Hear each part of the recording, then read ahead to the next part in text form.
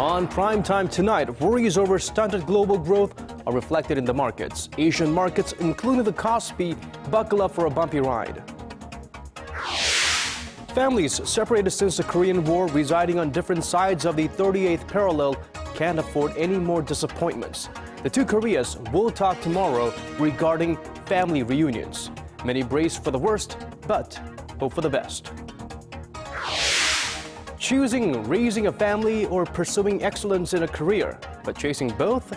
It's often a grave challenge for women here in Korea. But the government wants to provide more options for women, especially working mothers. For details on these stories and more, stay with us.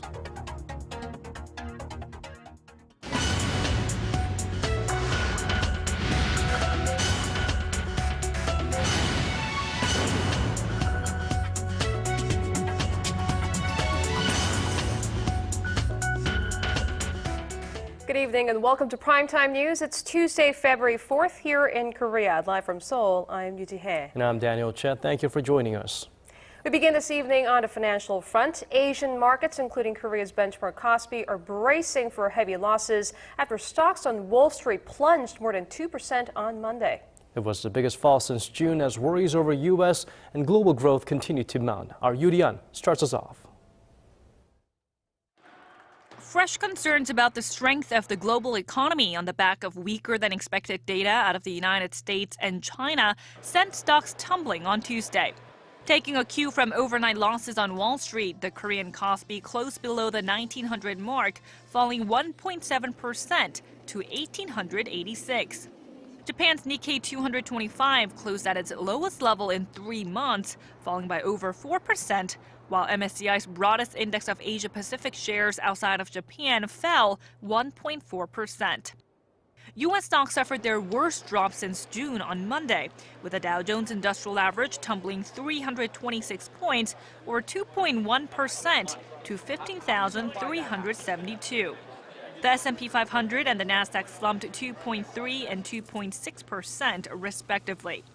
Monday's sell-off was sparked by data that showed new order growth in the U.S. manufacturing sector in January plunged by the most in 33 years, while spending on new construction projects barely rose from December.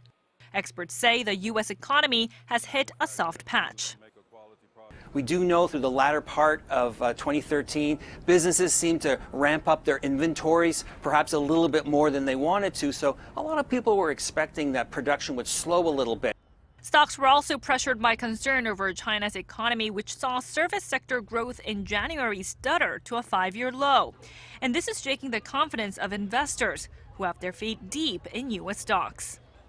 Most investors have about 80% of their equities in U.S. equities, and also have anywhere from 60 to 80% of their total portfolio in stocks, which is far too concentrated. With the U.S. Federal Reserve expected to further taper its massive stimulus program over the coming months, it looks like the market uncertainty is here to stay, at least for the time being. Yoo Li-an, Arirang News. The two Koreas will hold working-level talks tomorrow to set the date and location for a fresh round of reunions for families separated by the Korean War. The meeting will take place on the North Korean side of the truce village of Panmunjom at 10 a.m. Korea time. The South Korea's Unification Ministry said Tuesday that the two sides have exchanged a list of their 3-member Red Cross delegations through the Inner Korean hotline. The talks come after North Korea broke its week of silence on Monday to propose that the Koreas meet for working-level dialogue on either Wednesday or Thursday. Seoul had previously proposed holding the reunions from February 17th to the 22nd at North Korea's Mount Kumgang Resort. The foreign experts' take on the upcoming inter-Korean talks on reunions for families separated by the Korean War. We are joined in the studio by Dr. Kim Tae-woo, Chair Professor at Dongguk University and former President of the Korea Institute for National Unification. Thank you very much for joining us. Well, Dr. Kim, we have, of course, noticed South Korea trying to have Pyongyang talk to us about the discussions, preparatory talks for family reunions, and finally Pyongyang has responded. Yes. The question is, what took them so long? I think for North Korea, there may be both neutral and political strategic reasons. North Korea need some time to screen, recruit, and educate their separated families who are supposed to meet the South Korean counterpart. And also, they have to prepare the celebrating the birthday of Kim Jong-il on February 16th. This is, of course, neutral reasons. But for strategic and political reasons, they may be thinking about the effect of psychological warfare against South Korea. As you know, every North Korea's peace gesture includes some aspects of psychological operation. Well, tomorrow we have the talks going on. Seoul is obviously hoping the reunions take place from February 17th to the 22nd, while Pyongyang favors a later date. Now, considering the fact that North Korea scrapped the last planned reunion back in September at the very last minute, will we see the reunion take place sometime this month? I'm hopeful this time. You know, of course, we expect some hagglings, argues, in the working level conferences. But we know why North Korea want dialogue this time. They need to improve their relations with China before they get the approval for the Kim Jong-un's visit to China. And also they want dialogue with the United States. And they want relaxation of international sanctions on them. And they also want making dollars from South Korea. So that's why we know that they are seeking dialogue and family reunion this time out of their own calculations. So this situation will make us a little bit hopeful this time. Well, hope beyond hope, of course, for South Korea. But of course, North Korea has been responding quite negatively towards the joint military exercises with the U.S. If we choose to go ahead and not listen to North Korea's pleas, would that affect our decision or Pyongyang's decision for the reunification talks? I suppose basically it's okay. Because this time the United States government and South Korea also are giving some consideration to North Korea. This time nuclear armed the aircraft carriers or the nuclear armed bombers, stealth bombers will not participate in this exercise this time. This is a consideration to North Korea. If something happens during the military drill period, I mean, the really intensified mutual condemnations or something like that, then the meeting, the reunion of families may be uncertain or precarious. But basically, I hope it will be okay. Okay. Well, since the start of this year, North Korea has expressed its willingness to reduce tensions, to allow steps for reconciliation and even eventual unification. Now, do you see any sincerity in the part of North Korea? Of course not yet. North Korea has alternated hardline policies and a peaceful gesture toward South Korea. And their initiatives for dialogue or peaceful offensive has nothing to do with their stopping of military, the nuclear weapon development or any meaningful changes in their system. So we know that very well. And also, North Korea is like the defaulter. Once listed as defaulter, she or she need accumulation of a great deal of good deed and for some time before covering the credibility. So that's why North Korea need more accumulation of credibilities from now on. So, like you said, their olive branch not necessarily always dependable. We've been fooled before, and we've rejected and dismissed their offer for peace. Do you think maybe we should have taken another road, or is this the correct approach? We should stick to it. I know what they are talking about very, very well, but basically speaking, we have two purposes in our North Korea policies. One is a peaceful management of division. That is also necessary. But another objective is change of North Korea. As long as we keep the dream of unification, we cannot abandon this objective. That's why we have to do both. Something North Korean government want and something North Korean government doesn't want. There's something North Korean want, of course, giving assistance and the reconciliations, everything. But this does not mean everything of our North Korea policy. We also do something to enforce changes in North Korea. So that's why, even though I know what they are talking about, I just agree only half of the argument.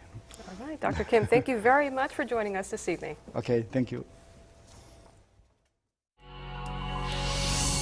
Before your day ends and another begins, get the latest news live from Seoul. Residents whose features Restrictions is on the rise. closing ceremony.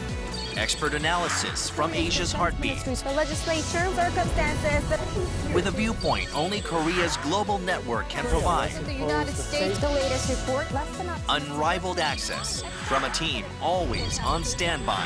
meeting came on to Mueller trying to cover up the South's true intentions of maintaining confrontation. Exactly 4 months from today, on June 4th, Koreans will head to the polls to elect the new heads of local governments. To us, the spectators, it may seem months away, but the rival parties already have stepped out of the starting point, and of course, it's going to be a tight race to the finish line. Our Kim Hyun-ji reports. The pre-registration of candidates for the June 4th local elections began on Tuesday and will run until May 14th. The elections cover 17 provincial governor and mayoral seats, as well as positions for education superintendent and local assembly members. Those who choose to register during this period can carry out certain kinds of campaign activities, allowing voters to gain an early understanding of the candidates running in their region ahead of the main candidate registration period in mid-May. While busily contacting political heavyweights for the upcoming elections, the ruling Saenuri Party is trying to deflect the opposition's attempt to paint the elections as an early-term evaluation of the Park Geun-hye administration. Saenuri Party floor leader Choi Kyung-hwan has stressed the local elections are about picking the best leaders for local governments, and not about passing judgment on how the Park administration has done thus far. The main opposition Democratic Party leadership has issued a political reform plan in an apparent bid to get the upper hand in its competition against the dark horse of the opposition, independent lawmaker An Chol-soo, who generated excitement among voters with his plans to reform politics in 2012. The Democratic Party's political reform proposal centers around scrapping the privileges of lawmakers and includes having all lawmakers report to an independent ethics committee their plans for overseas travel and commemoration ceremonies for the publication of their books.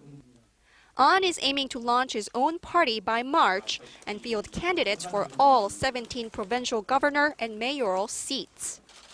With the addition of An's party, the June local elections are expected to be a three-way race for the first time in 16 years. The Democratic Party is leaving room for cooperation with An's party, saying the public wants the liberal opposition bloc to unite and win the June local elections to ring the bell on the conservative Park administration. But since it's not clear whether An will reciprocate, a major reshuffle of the opposition bloc seems inevitable. Kim Hyun-ji, Arirang News. According to the Chinese zodiac, this is the year of the horse. Now, could the year of the horse usher in a new year of bipartisan harmony within the halls of the National Assembly? Sounds unlikely, but perhaps it is. The chief of the ruling Saenuri Party reached out to the opposition on Tuesday, calling for cooperation across party lines to deal with the problems facing the nation. Our Kim Young-gil has more. At the beginning of this month's extra-parliamentary session on Tuesday, ruling Saenuri Party Chairman Hwang Woo-yeok called for bipartisan efforts to tackle the country's pending issues. We need to form a long-term bipartisan coalition in order to implement effective state policies in the future. We can set up an organization in the National Assembly to promote the coalition. The ruling party chief also spoke out on two issues, the domestic economy and North Korea. He vowed to work with the opposition to implement the 3-year economic innovation plan announced by President Park Geun-hye last month. The focus will be fostering the creative economy and balancing the economy as a whole by expanding the focus beyond foreign exports to stimulating domestic demand. He also stressed that Korea needs to strengthen the competitiveness of its smaller firms. The government needs to better support Korea's small and mid-sized firms so that they can grow like Korea's major conglomerates and have a strong presence in global markets. Hwang also urged rival parties to pass a long-pending bill on North Korea's human rights situation and to encourage more cultural exchanges between South Korea and North Korea. He said national integration was a first step to moving toward inter-Korean reunification. Kim Hyun-gil, Arirang News. Moving now to a devastating oil spill in the southern port city of Yeosu. It's been 5 days since more than 160 tons of oil gushed out into the ocean after a tanker collided into pipelines. Cleanup operations are well underway, as are the questions about who was culpable in the accident. Our Kwon So-ah has the details.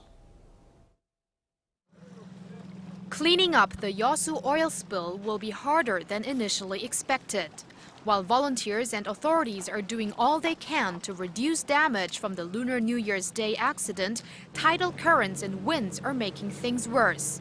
In addition to waters off the southern port city of Yeosu in Jeollanam-do province, the oil has spread north, south, and east from the original spill site to Namhae-gun County in Gyeongsang-namdo province, where an oil slick measuring roughly 30 kilometers in diameter has formed.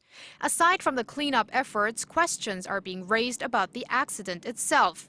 The head of the Yeosu Maritime Police Department said Monday that 164 tons were spilled, which is 200 times greater than the first estimates by the company said to be responsible for the accident, GS Caltex. The spill happened after a Singapore-registered oil tanker hit a landing bridge, causing 3 underwater pipelines operated by GS Caltex to rupture. The Yeosu Coast Guard blames the tanker's pilots for exceeding the recommended speed on approach and GS Caltex for not reporting the spill until 30 minutes after it occurred. Residents affected by the spill say they're worried the pollution could lead to health problems and impact fishing, a primary source of income for many in the area. When I first saw the news, they said it wasn't a big amount of oil that spilled. That's why I didn't think it would spread this far to where I work. While officials say it is not difficult to get rid of the oil spilled in the water, the bigger problem lies on the seashore, where the cleanup process could take weeks. In the meantime, the Ministry of Oceans and Fisheries said Tuesday that GS Caltex should compensate those affected. The ministry, company, and related authorities are scheduled to hold a meeting on the issues surrounding the spill on Thursday. Kwon So-ah, Arirang News. The sales of hybrid cars in the nation shot up last month as consumers were provided with more options to choose from. The Hyundai Kia Automotive Group says they sold a combined 2,300 units of their hybrid models in January, which marks a more than 34% increase on year and a nearly 160% jump from the previous month. It cited the upward trend to the release of their hybrid Grandeur and K7 models late last year. Hyundai and Kia currently offer a total of 7 hybrid models.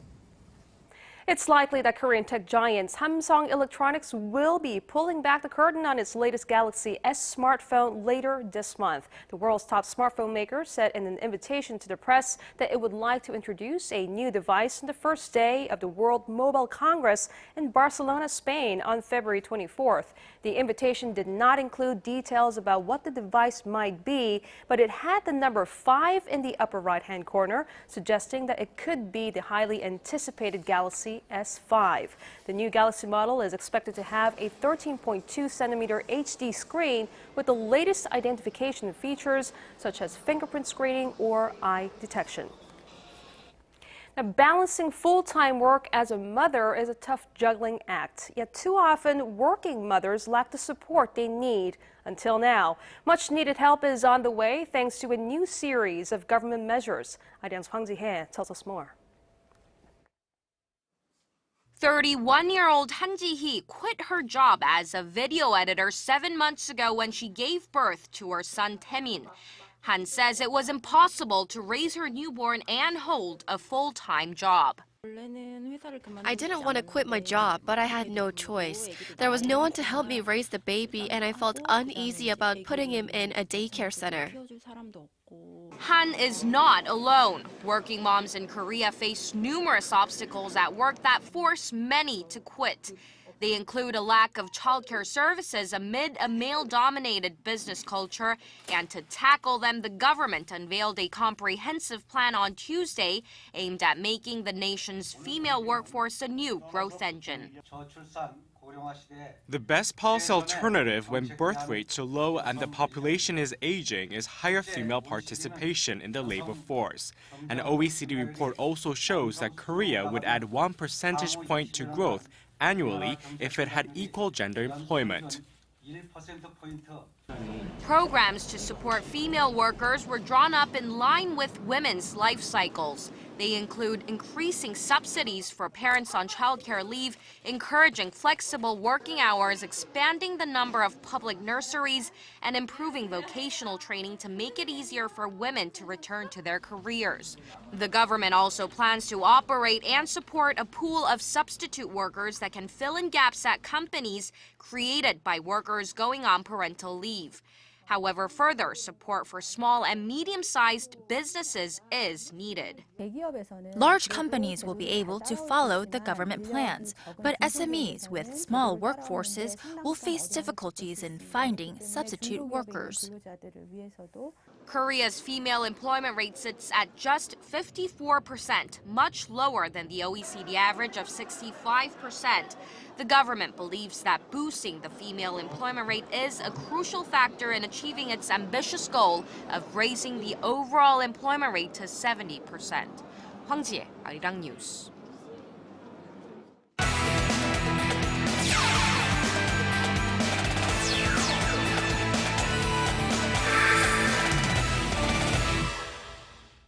We have about 4 days to go until the Sochi Winter Olympics, but don't expect to see any North Korean athletes competing in the Games. That's right, they'll be sitting out for the first time since 2002. Now for more, we turn things over to our Stephen Che at the Sports Center. Hello there, Stephen.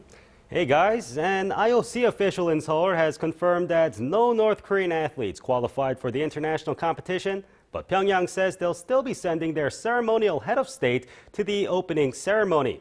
Now, on the other hand, South Korea is sending 71 athletes, and of those athletes, the speed skating team held its first training session at Adler Arena in Sochi.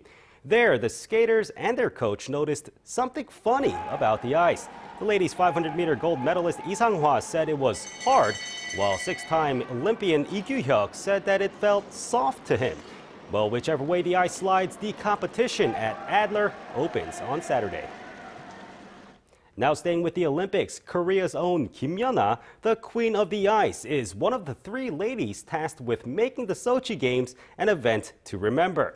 Now that's according to the AFP news agency, who named her, along with Japanese ski jumper Sara Takanashi and American alpine skier Michaela Schifrin, as the top draws of the Games.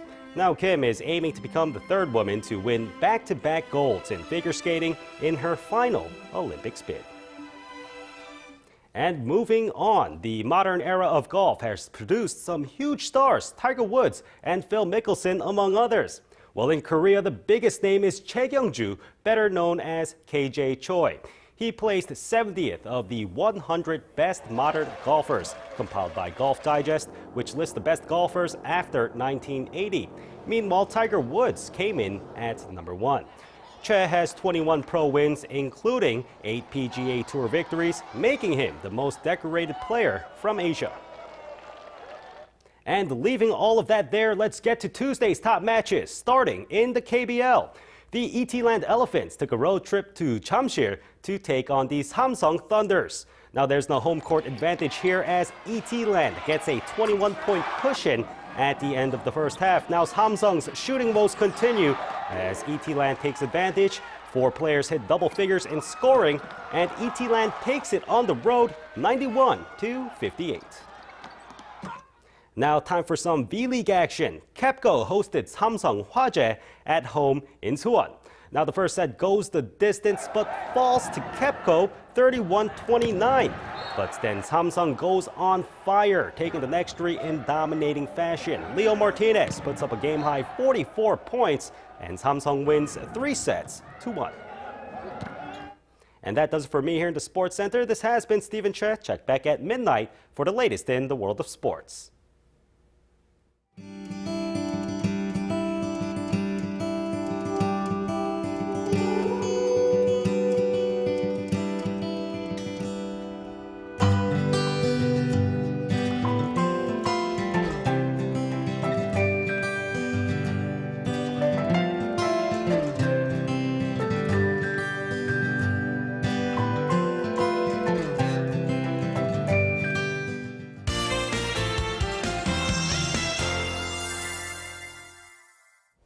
Well, today is Ipchun, I heard, which is one of the 24 indicators on the lunar calendars marking the beginning of spring. But the weather certainly didn't feel like spring. That's right. For more, let's turn things over to our Kim Bo-kyung at the Weather Center. Bo-kyung, fill us in. Good evening, guys. Well, let's try to hang in there for a bit because we will get back to our seasonal average temperatures starting tomorrow afternoon. Well, cold wave advisories are still in effect in some parts of the country, including the Gangwon-do and Gyeonggi-do provinces. And on top of the cold, dry weather is back in some parts of the central and east coast regions. So stay warm and make sure not to start any fires. Taking a look at the current conditions, we are under the influence of a cold high pressure system, which is why we're seeing absolutely clear skies across the map. Well, readings say that it's -6 degrees here in Seoul, but the wind chills make it feel like it's -10. And after this round of frigid weather, showers are forecast in the southern regions on Thursday and Friday. Also, keep in mind that there is a possibility that snow may fall in the central regions over the weekend. Taking a look at tomorrow's readings, Seoul starts off the day at -10 degrees with a high of -1. Meanwhile, Daegu and Gwangju hit 2. Moving on to other regions, Jeju reaches 4 degrees while Dokdo and Mount Kumgang peak at -2 and -9 degrees respectively. Well, that's all I have for you this hour. Stay warm in the cold and I'll see you again after midnight. And that's a broadcast on this Tuesday night. I'm Yoo Ji-hye in Seoul. This has been Daniel Che. Sean Lim will be back where he belongs. Thanks for watching. Have a great night.